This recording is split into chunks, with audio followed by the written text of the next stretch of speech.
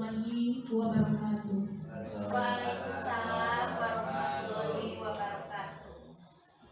A'udzubillahi minasyaitonirrajim. Bismillahirrahmanirrahim. Assalatu wassalamu ala asrofil anbiya'i wal mursalin wa ala alihi wa sahbihi ajma'in, amma ba'du. Pertama, marilah kita menghaturkan puji dan syukur kehadirat Allah Subhanahu wa Ta'ala yang telah melimpahkan berbagai kenikmatan kepada kita semua, terutama nikmat yang paling agung, yakni nikmat iman dan Islam. Sholawat berlimpah salam semoga senantiasa terlimpah curahkan kepada baginda tercinta Habibana wa Nabiyana Muhammad Sallallahu Alaihi Wasallam.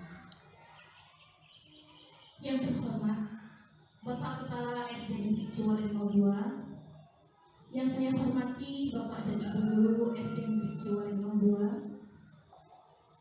Alhamdulillah, pada hari ini kita dapat berkumpul bersama di dalam ruangan ini dalam acara Coaching Budaya Positif di SD Negeri Ciwaleng 02 bersama saya Ella Nurelestari SPDI CGP Angkatan 7 Kabupaten Cilacap. Ini merupakan rangkaian dari kegiatan saya di pendidikan guru penggerak. Alhamdulillah sudah menyelesaikan modul 1, di mana modul 1 ini terdiri dari 4 bagian submodul. Modul 1.1 tentang pemikiran Ki Hajar Dewantara, modul 1.2 tentang nilai dan peran guru penggerak, modul 1.3 tentang visi guru penggerak, dan modul 1.4 tentang budaya positif. Saya menghaturkan rasa terima kasih yang setulus-tulusnya kepada Bapak Kepala Sekolah, kepada rekan-rekan guru yang senantiasa memberikan dukungan, motivasi, dan kerjasamanya selama saya mengikuti pendidikan guru penggerak, sehingga saya bisa menyelesaikan setiap tugas dengan sangat baik. Di sini kita belajar bersama. Saya tidak bermaksud sedikit pun untuk menggurui Bapak dan Ibu semua, karena yakin Bapak dan Ibu semua jauh lebih berpengalaman dibandingkan dengan saya. Tapi di sini mari kita belajar bersama. Semoga apa yang akan kita laksanakan pada hari ini bisa bermanfaat untuk kita bersama. Baiklah Bapak dan Ibu, di sini saya memiliki 3 pernyataan.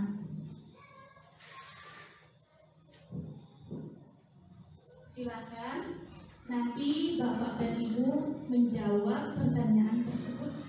Apakah Bapak dan Ibu setuju ataukah tidak setuju dengan pernyataan yang akan saya sampaikan? Pernyataan yang pertama, hukuman dapat mendisiplinkan anak. Apakah Bapak dan Ibu setuju ataukah tidak setuju? Setuju. Baik.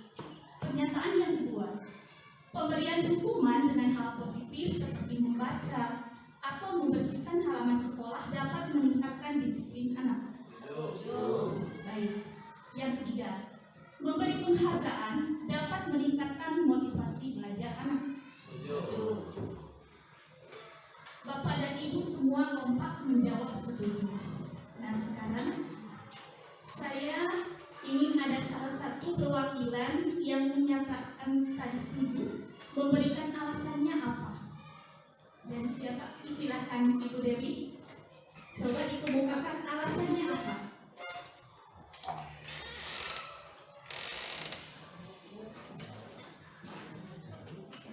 Terima kasih kepada Ibu Ella. Menurut pendapat saya, siswa itu diberi hukuman itu memang setuju ya, asal dengan catatan pemberian hukuman tersebut dilakukan dengan bentuk yang tepat tidak menyakiti fisik maupun mental anak tersebut.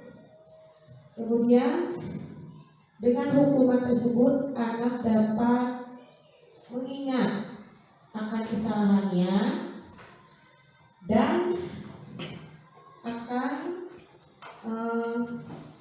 tidak akan melakukan kembali kesalahannya di kemudian hari.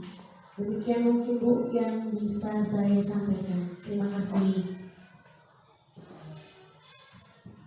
Terima kasih kepada Ibu Dewi yang sudah mengemukakan alasannya. Nah, baik Bapak Ibu yang hebat. Ketiga hal tersebut kita setuju. Memang bisa untuk mendisiplinkan anak. Tetapi kedisiplinan yang ditimbulkan akan hanya bersifat sementara saja. Karena apa? Karena ketiganya merupakan motivasi eksternal yang lahir dari luar diri siswa itu sendiri. Bapak Ibu yang hebat, di dalam pemikiran Ki Hajar Dewantara disebutkan seorang anak itu terlahir tidak seperti kertas putih yang kosong yang kita bisa menuliskan apa saja di dalamnya sesuai dengan apa yang kita mau.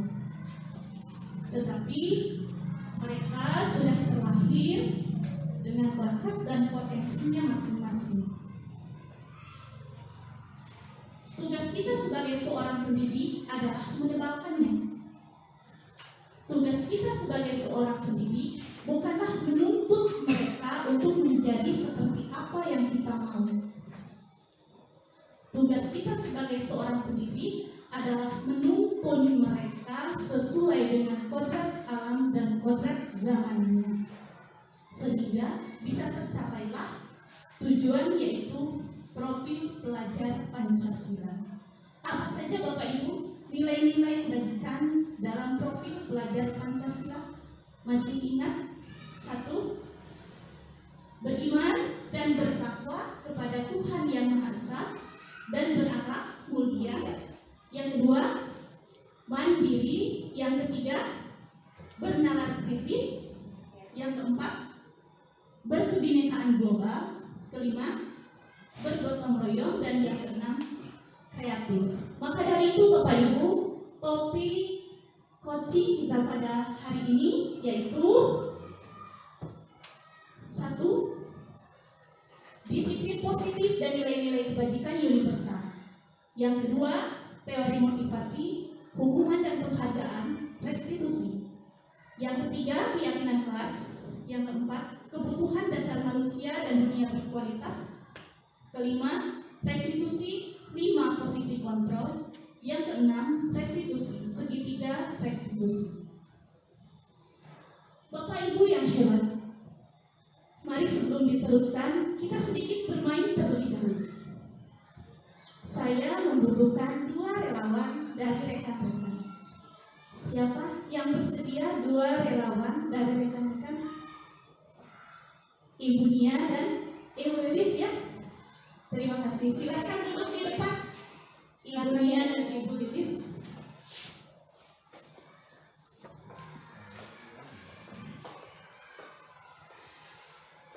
Nah, Ibu Lilis, tepalkan salah satu tangan Ibu dengan sekuat tenaga.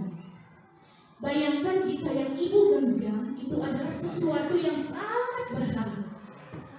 Yang sangat berharga dalam hidup Ibu Lilis, yang tidak akan dengan mudah Ibu membukanya kepada sembarang orang. Pertahankan. Kemudian Ibu Tia tugasnya, silahkan buka kepalan tangan Ibu Lilis dengan berbagai cara. Bagaimana caranya agar Ibu Nia bisa berhasil membuka kepalan tangan Ibu Lilis? Silahkan. Iya, saya minta izin untuk memegang kepala Ibu Lilis. Meminta dengan sopan. Sebelumnya dengan senang hati, dengan tulus hati, juga mudah-mudahan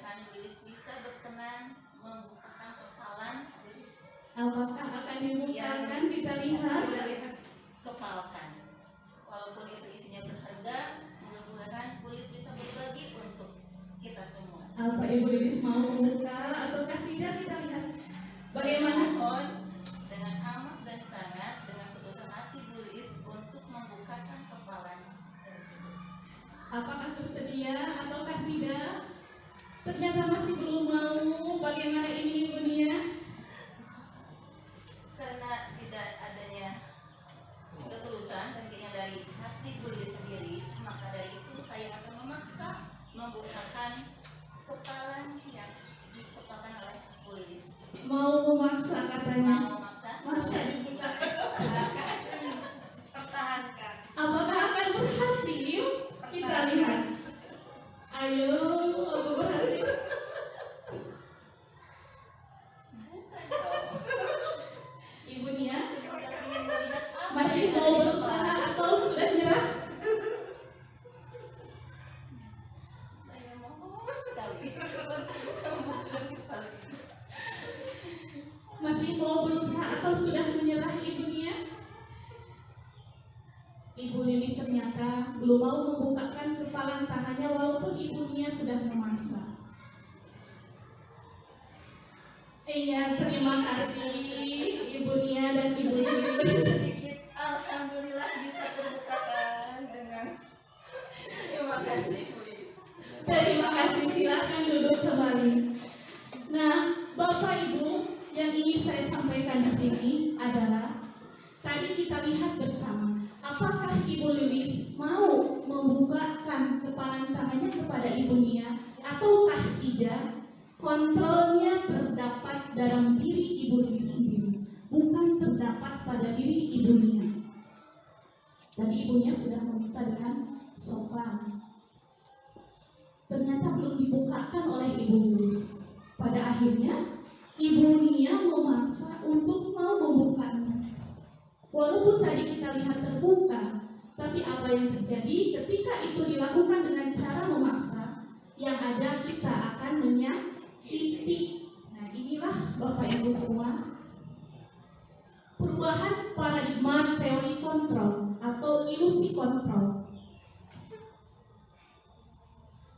Yang pertama, ilusi guru mengontrol murid. Kita selalu berpikiran bahwa kita itu mengontrol murid-murid kita, tapi pada kenyataannya tidak. Bukan kita yang mengontrol mereka, tetapi mereka sendiri yang mengontrol diri mereka sendiri. Kalaupun mereka melakukan apa yang kita perintahkan, itu semata-mata karena mereka mengizinkan diri mereka untuk dikontrol oleh kita. Yang kedua, ilusi bahwa kritik dan membuat orang merasa bersalah dapat menguatkan karakter. Ini juga hal yang keliru. Ketika kita membuat murid-murid kita merasa bersalah, yang ada akan menggiring mereka pada identitas gagal, di mana mereka akan merasa bahwa dirinya adalah seorang pribadi yang keliru, seorang pribadi yang buruk.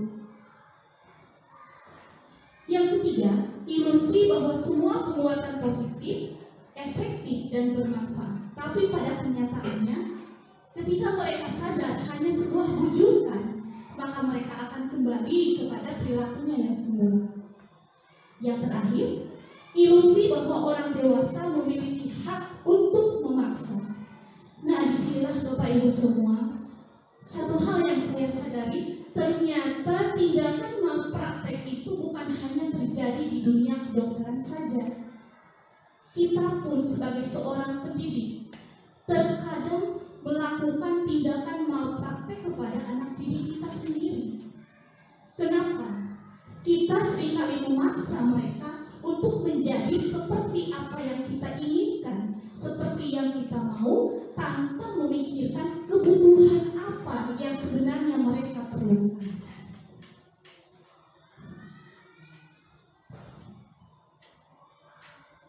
Kemudian, perubahan paradigma stimulus respon ke teori kontrol. Kita mencoba mengubah orang agar berpandangan sama dengan kita, padahal seharusnya kita berusaha memahami pandangan orang lain tentang dunia. Perilaku buruk dilihat sebagai suatu kesalahan, dan ini yang sering kita catat kepada anak kita. Terkadang anak-anak kita ada yang sering berbuat tindakan yang buruk, kita memberikan cap yang jelek, yang buruk kepada anak tersebut. Padahal sudah tentu semua perilaku itu memiliki tujuan yang harus kita pahami. Stimulus responnya, orang lain bisa mengontrol kita. Padahal pada kenyataannya hanya kita yang bisa mengontrol diri kita sendiri.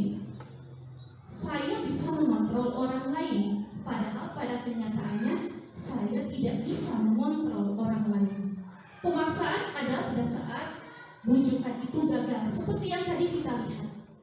Ketika Ibu Nia membujuk agar Ibu Lilis membukakan kepalan tangannya, bujukannya gagal, pada akhirnya dia melakukan pemaksaan. Tapi yang ada ketika kita memaksakan sesuatu, yang ada adalah kita menyakiti. Seharusnya bagaimana kita berkolaborasi dan konsensus menciptakan pilihan-pilihan baru. Dari berpikir menang kalah, ayo tadi kan kata Bunya, aku yang menang, kamu yang kalah. Kata Bu Lilis, aku yang menang, kamu yang kalah. Padahal seharusnya kita berpikir, kita harus sama-sama menang dan menang. Inilah Bapak Ibu, disiplin positif yang akan kita bahas pada hari ini. Bagiannya apa sih makna dari kata disiplin? Disiplin berasal dari bahasa Latin disiplina yang artinya belajar. Makna asal dari kata ini berkonotasi dengan disiplin diri dari murid. Disiplin diri membuat orang menggali potensinya menuju sebuah tujuan, apa yang dia hargai. Namun di dalam budaya kita, makna kata disiplin telah berubah menjadi sesuatu yang dilakukan seseorang pada orang lain untuk mendapatkan kebutuhan. Kecenderungan umum adalah menghubungkan kata disiplin dengan ketidaknyamanan, bukan dengan apa yang kita hargai atau pencapaian suatu tujuan mulia. Bapak Ibu, mengapa disiplin itu harus dikaitkan dengan nilai-nilai kebajikan? Karena dengan mengaitkan nilai-nilai kebajikan yang diyakini seseorang, maka motivasi intrinsiknya akan terbangun, sehingga menggerakkan nilai-nilai kebajikan yang ingin dicapai di dalam diri anak, bukan karena faktor yang lahir dari luar atau faktor eksternal.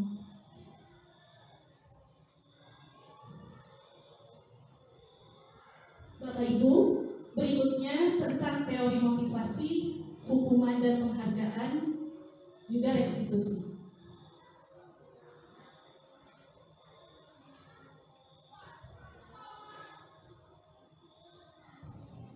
Nah, teori motivasi perilaku manusia itu ada dua.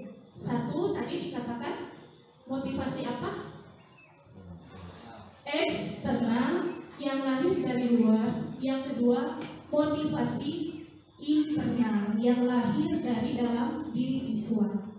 Nah, motivasi eksternal ini bersifat sementara saja, tidak permanen. Contohnya apa? Anak melakukannya karena takut dihukum.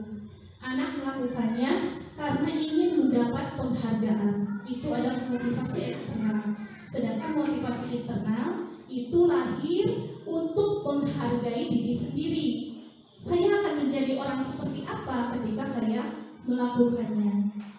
Bapak dan Ibu yang hebat, ada sedikit pengalaman sederhana dari saya. Seperti yang Bapak Ibu semua tahu, jam 6 pagi saya sudah berada di sekolah. Otomatis di rumah saya bangun lebih awal untuk memastikan bahwa di rumah ketika saya tinggal sudah dalam keadaan rapi dan makanan sudah tersedia untuk orang tua. Ini tidak ada paksaan dari Bapak Kepala ataupun dari rekan-rekan semua. Kenapa itu saya lakukan? Karena saya menyadari bahwa sekolah kita tidak punya penjaga sekolah. Paling tidak, ketika saya hadir lebih awal sebelum pembelajaran dimulai, saya bisa memastikan kondisi sekolah kita tidak terlalu berantakan. Awalnya, saya sendiri yang menyapu, ngepel di kantor, bahkan mencuci piring.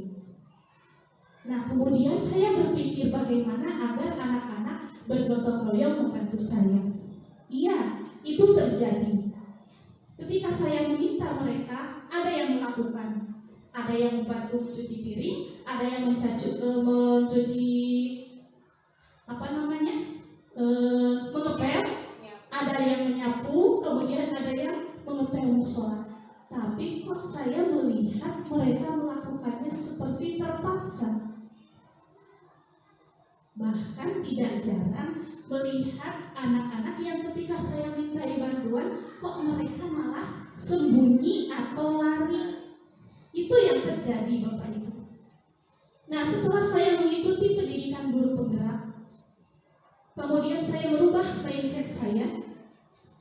Ternyata yang harus ditumbuhkan itu adalah motivasi internal dari anak. Makanya ketika di antara pembelajaran kelas, saya sampaikan ke anak praktik baik ketika saya masih zaman sekolah, bagaimana saya membantu bapak dan ibu guru, bahkan mencuci piring, gelas, membantu. Padahal waktu itu jarak antara sekolah dengan air sekitar 300 meter, tidak dekat seperti sekarang. Kemudian saya mengepel kantor dan lain sebagainya. Saya sampaikan ke anak praktik-praktik baik yang pernah saya lakukan semasa zaman sekolah dulu. Dan saya sampaikan ke anak bahwa berhikmah kepada guru, membantu guru, itu pahalanya sangat luar biasa. Bahkan seperti yang disampaikan dulu waktu upacara, barangkali Allah memberikan kesuksesan kepada kita di masa depan itu bukan karena kita cerdas, kita pandai. Barangkali ada keridhaan dan doa-doa baik dari guru-guru kita ketika kita sedang menuntut ilmu. Itu semua saya sampaikan ke anak. Dan luar biasa Bapak Ibu, paginya ketika saya hadir di sekolah, waktu itu saya masih ingat betul, pertama kali kelas 3 sekitar 6 orang langsung nyamperin saya ke kantor, mencium tangan saya. Mereka bertanya, "Bu, ada yang bisa kami bantu?" Seketika saya langsung, Masya Allah, ternyata ketika motivasi internalnya sudah terbangun, bukan saya yang mencari-cari mereka untuk mintai bantuan, tapi mereka sendiri yang datang kepada saya bertanya, ada yang bisa kami bantu? Dan saat itu bukan saya menyuruh, kamu ngepel ya, kamu yang nyapu di kantor ya, kamu yang beresin musola ya. Tidak. Mindset saya sudah berubah. Ini loh, ibu punya pekerjaan ini, dan ini. Silahkan, kamu mau bantu yang mana? Anak sendiri yang memilih. Bu, saya mau menyapu di kantor, saya yang ngepel, saya yang menyapu di luar, kemudian ada yang saya mau ngepel di luar, saya membersihkan musola. Dan pada akhirnya saya melihat di raut wajah mereka tidak ada rasa terpaksa sedikit pun. Itu adalah contoh sederhana yang pernah saya alami.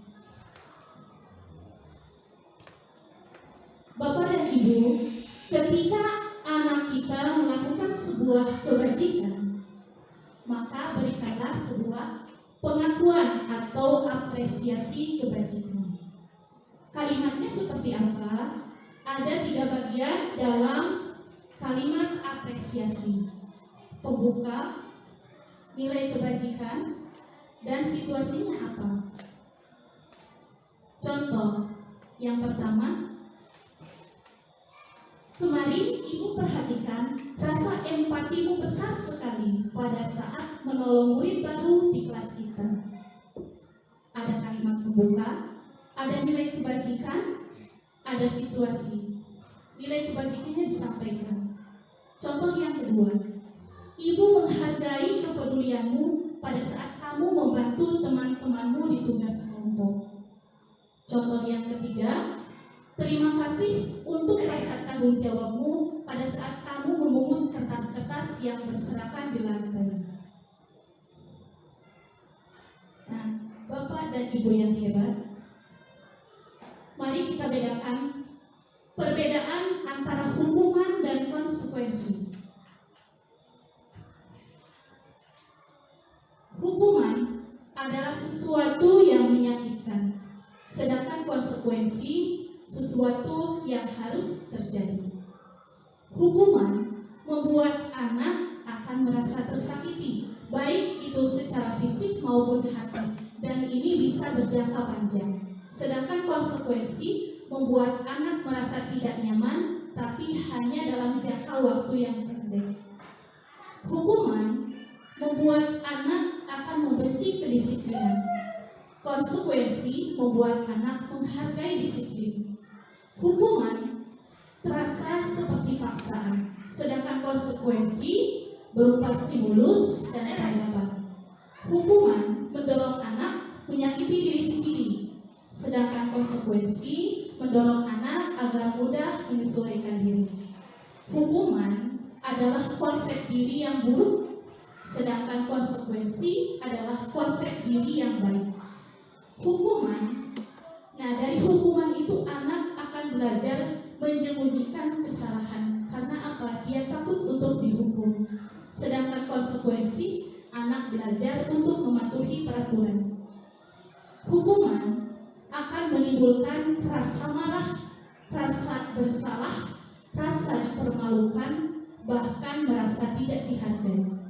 Sedangkan konsekuensi akan membuat anak merasa kehilangan hak, dibuat tidak nyaman, diasingkan tapi bersifat sementara saja.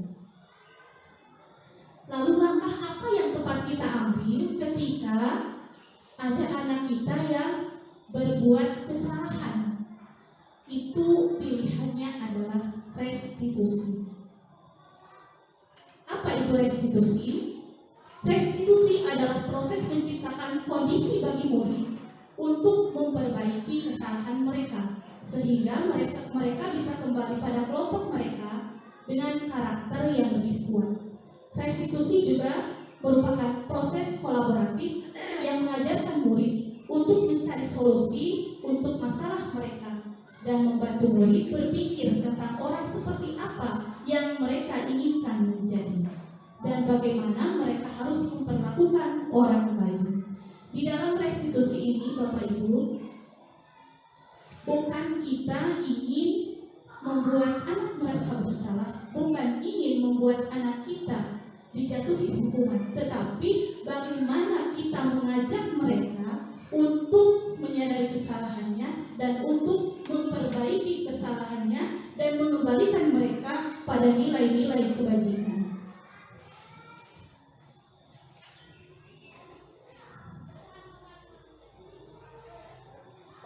Nah, ini Bapak Ibu perbedaannya antara hukuman, konsekuensi, dan restitusi.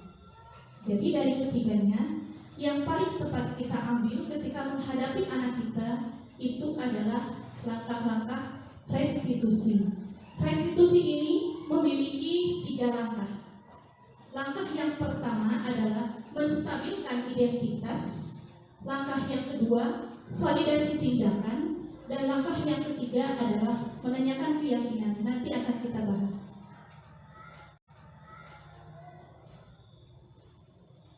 Berikutnya tentang keyakinan kelas. Mengapa sih bukan peraturan kelas, tetapi keyakinan kelas?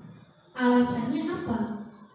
Nah, ini alasannya untuk mendukung motivasi intrinsik tadi.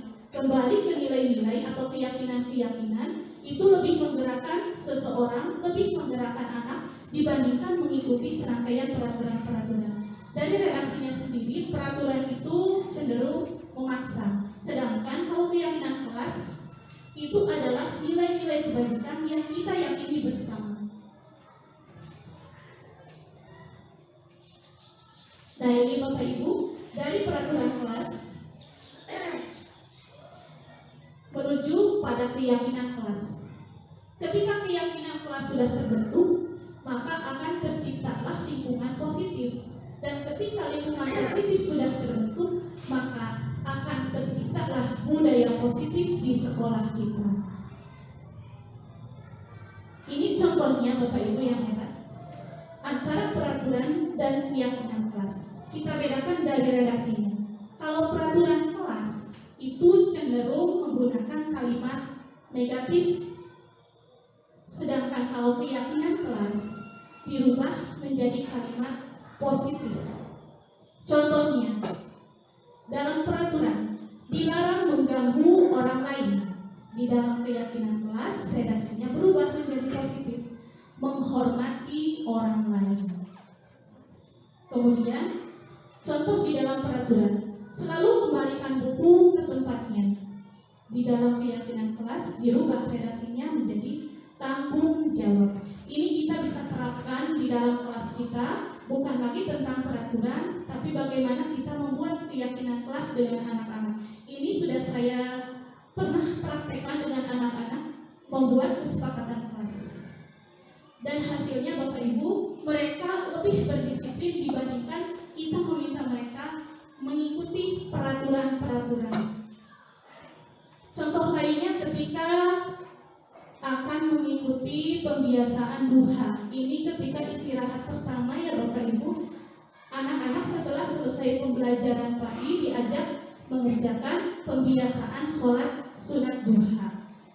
Nah, awalnya ada yang istirahat dulu, jajan dulu, sementara ada yang lain itu sudah ambil wudhu, sudah siap pakai mukena untuk melaksanakan sholat sunat duha. Akhirnya tidak kompak. Nah, saya buat kesepakatan di dalam kelas sebelum istirahat, buat kesepakatan dulu dengan anak-anak. Kita tawarkan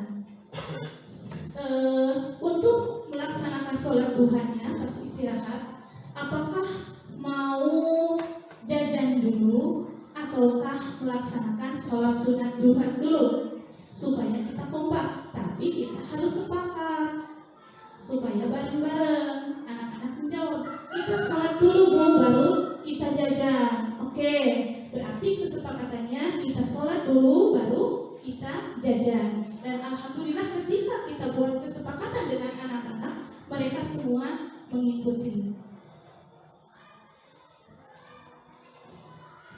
Berikutnya Bapak Ibu, kebutuhan dasar manusia dan dunia berkualitas.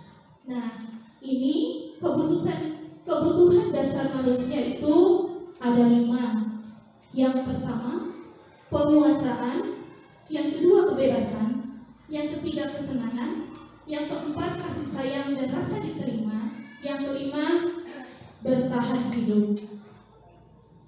Bapak Ibu, ketika ada anak didik kita yang sering kali berbuat tindakan-tindakan tidak terpuji di sekolah, dengan kata lain, berbuat kesalahan, berbuat tindakan yang buruk, kita terkadang langsung memberikan hukuman atau memberikan teguran tanpa barangkali ada kebutuhan dasar dari anak tersebut yang tidak terpenuhi. Makanya dia mencari perhatian di sekolah.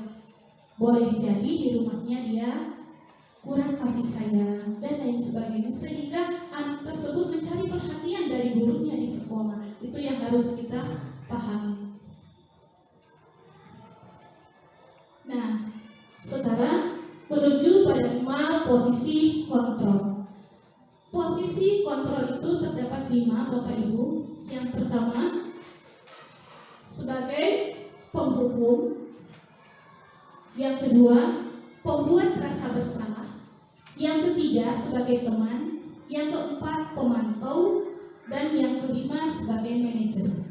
Ini akan kita lihat di posisi mana kita pada saat ini Bapak Ibu sebagai seorang pendidik. Katakanlah ada seorang anak bernama Bonbon. Dia berbuat kesalahan di kelas kita. Kesalahannya, dia memakan bekal makan siang temannya sebagian tanpa meminta izin. Apa yang akan kita lakukan? Kita lihat dari kelima posisi kontrol tadi. Ketika kita mengambil posisi kontrol sebagai penghukum, apa yang kita lakukan?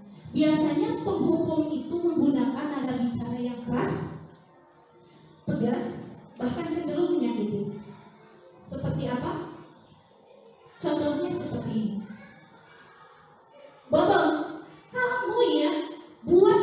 terus, sana lari 5 putaran di lapangan. Nah, itu adalah contoh dari posisi kontrol sebagai penghubung.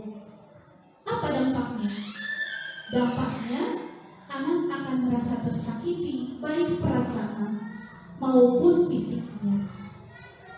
Selain itu, akan menimbulkan kebencian anak pada kedisiplinan. Bahkan lebih parah lagi, akan menimbulkan rasa dendam di hati anak.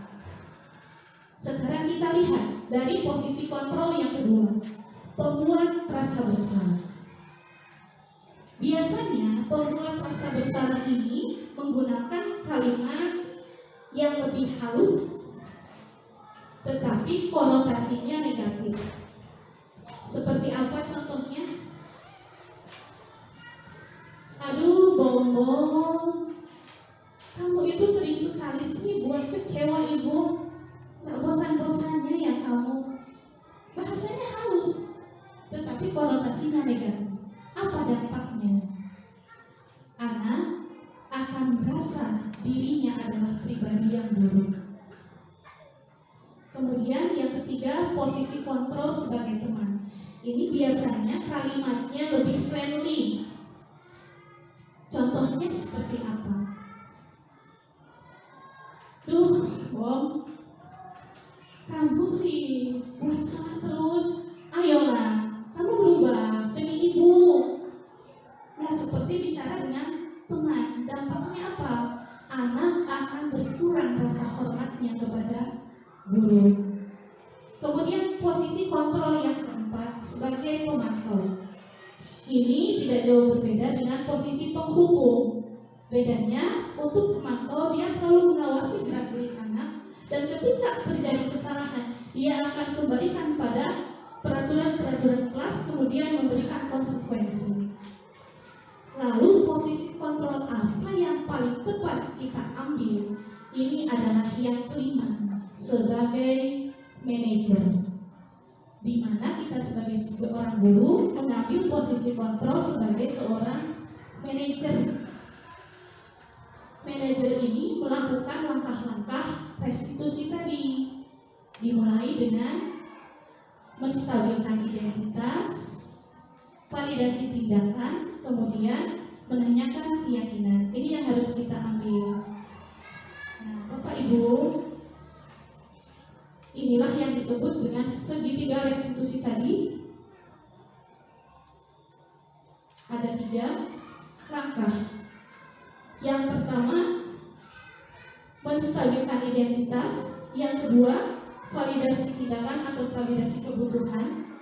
Yang ketiga, menanyakan keyakinan. Kita lihat redaksinya seperti apa. Yang pertama, menstabilkan identitas. Tujuannya untuk apa? Kenapa kita harus menstabilkan identitas terlebih dahulu ketika mendapati anak berbuat kesalahan? Tujuannya untuk membuat anak yang merasa gagal karena telah berbuat salah menjadi positif kembali terhadap dirinya. Redaksi kalimatnya seperti apa? Contohnya, guru akan berkata, berbuat salah itu hal yang manusiawi. Tidak ada manusia yang sempurna. Bapak ataupun ibu juga pernah berbuat salah. Kita pasti bisa menyelesaikan permasalahan ini. Bapak dan ibu tidak tertarik untuk mencari tahu siapa yang benar atau siapa yang salah. Bapak dan ibu lebih tertarik untuk menyelesaikan permasalahan. Kalau kamu menyalahkan dirimu sendiri terus-menerus, apakah kamu bersikap baik pada dirimu sendiri? Ini adalah langkah yang pertama. Kita stabilkan dulu identitas. Kemudian, langkah yang kedua, melakukan validasi tindakan atau validasi kebutuhan. Tujuannya apa? Untuk membantu murid mengenali basic need atau kebutuhan dasar tadi yang 5 yang ingin dipenuhinya ketika melakukan kesalahan tersebut. Karena kita yakin ketika anak berbuat salah pasti ada kebutuhan dasarnya yang tidak terpenuhi. Apa saja tadi kebutuhan dasar? Power, penguasaan, freedom, kebebasan, love and belonging, kasih sayang dan rasa diterima, fun atau survival atau kesenangan. Nah, di tahap ini guru akan berkata, kamu bisa saja kan melakukan hal yang lebih buruk, tapi kamu tidak melakukannya. Kamu pasti punya alasan mengapa melakukannya. Apa yang penting bagi kamu, kamu boleh tetap berusaha menjaga sikap itu, tapi tambahkan sikap lain yang baru. Maukah kamu belajar cara lain untuk mendapatkan yang kamu butuhkan tanpa harus melukai? Apa kamu bisa melakukan dengan lebih baik lagi besok? Nah, ini adalah langkah dari validasi tindakan atau validasi kebutuhan. Langkah yang ketiga, menanyakan keyakinan. Tujuannya untuk apa? Agar anak bisa melihat kesalahannya, kemudian dihubungkan dengan norma sosial dan nilai-nilai yang mendasari manusia berinteraksi dengan orang lain. Ini akan dihubungkan dengan nilai-nilai kebajikan yang diyakini.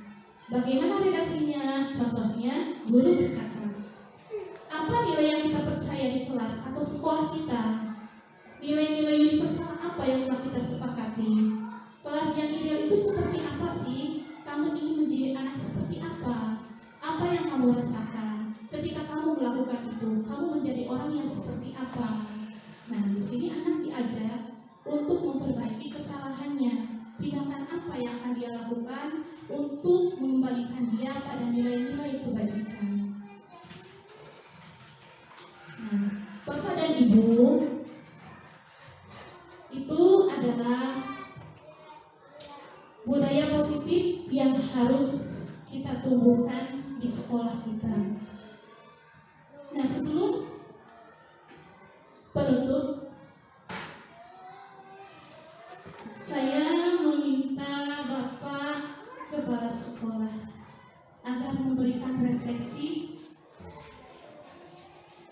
apa yang didapatkan setelah mendengarkan apa yang saya sampaikan selama mengikuti sesi ini.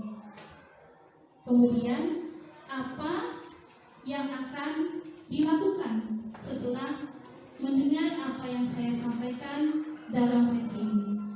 Silakan kepada Bapak untuk memberikan refleksinya.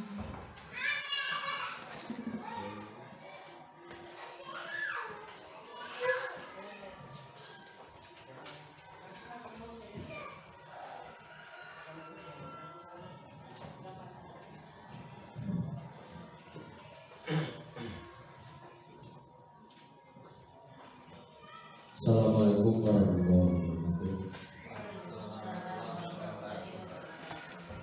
Bapak Ibu yang saya hormati, khusus bagi anak SDI yang coaching berkaitan dengan budaya positif. Alhamdulillah wa syukurillah, penyampaian dari awal sampai akhir membawakan budaya positif ini, insya Allah banyak perubahan di SD Negeri Ciwangi. Pertama, budaya yang melengkapi positif, sebetulnya budaya banyak yang membentuk anak berkarakter, mulai dari disiplin anak yang disiplin masuk, kemudian disiplin berpakaian, kemudian disiplin berperilaku administrasi, tentu dengan kontrol, kemudian motivasi itu pada dasarnya di dalam diri anak sudah ada, yang disebut dengan motivasi, kemudian yang dapatnya motivasi dari luar, bisa dari guru, bisa dari teman-teman seangkatan atau sekelas. Itu motivasi tentunya untuk perbaikan diri anak, untuk perbaikan anak menjadi pembiasaan yang disebut dengan pendidikan. Alhamdulillah kami sudah memisahkan antara budaya yang positif dan hasil-hasilnya, kemudian budaya yang kurang tapi menjadi kebiasaan anak kita disiplin. Bagi seorang guru tentunya harus bisa memilah dan memilih berkaitan dengan peraturan berdisiplin lewatnya dengan aturan peraturan yang dikaitkan kepada anak kita dengan pola teori yang cukup banyak sekali, sehingga bisa memilah mana kesalahan anak yang berkaitan dengan tadi disiplin, pelanggaran, dan hukuman, tentunya yang menyebabkan sanksi bagi anak yang melanggar daripada disiplin. Kemudian ada konsekuensi, kemudian restitusi yang paling bagus adalah restitusi untuk pelaksanaan kegiatan sehari-hari sebagai kontrol daripada kita selaku individu. Namun pada bapak dan ibu, kegiatan ini boleh dilaksanakan, boleh dilaksanakan dengan cara paksaan, boleh. Sekarang kita dipaksa hanya teori bisa seperti anak ke bapak, anak ke ibu, kemudian terus sekarang agak beda, sehingga boleh ketiga-tiganya itu dipakai dalam rangka menegakkan disiplin anak, budaya disiplinnya semakin positif. Silakan bagi bapak dan ibu khususnya guru penggerak dan sedang calon guru penggerak, teori ini monggo dilaksanakan di fasilitas. Sebetulnya sudah ada, namun perlu peningkatan, perlu pengawasan pada anak kita. Setiap istirahat masuk juga harus diawasi dengan adanya buku catatan pribadi anak. Jika orang itu disiplin dilaporkan, kalau mencatat namun harus dilaporkan, kemudian ditindaklanjuti.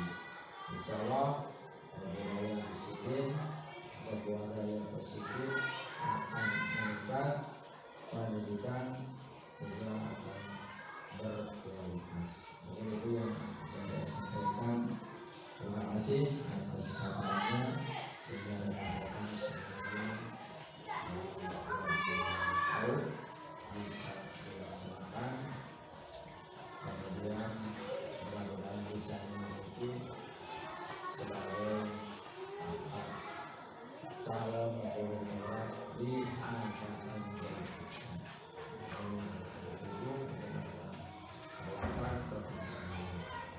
Selama apa yang diprogramkan oleh pemerintah. Terima kasih, mohon maaf atas segala kekurangannya. Assalamualaikum warahmatullahi wabarakatuh.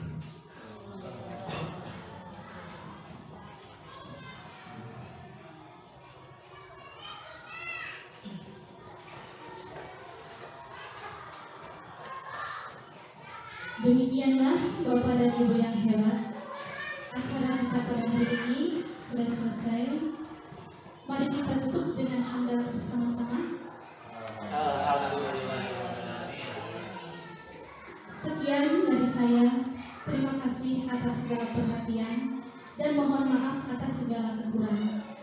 Hadanallahu wa iyyakum ajmain. Wallahul muwaffiq ila aqwamit thoriq. Nasrullah wa fathul qarib. Wassalamualaikum warahmatullahi wabarakatuh.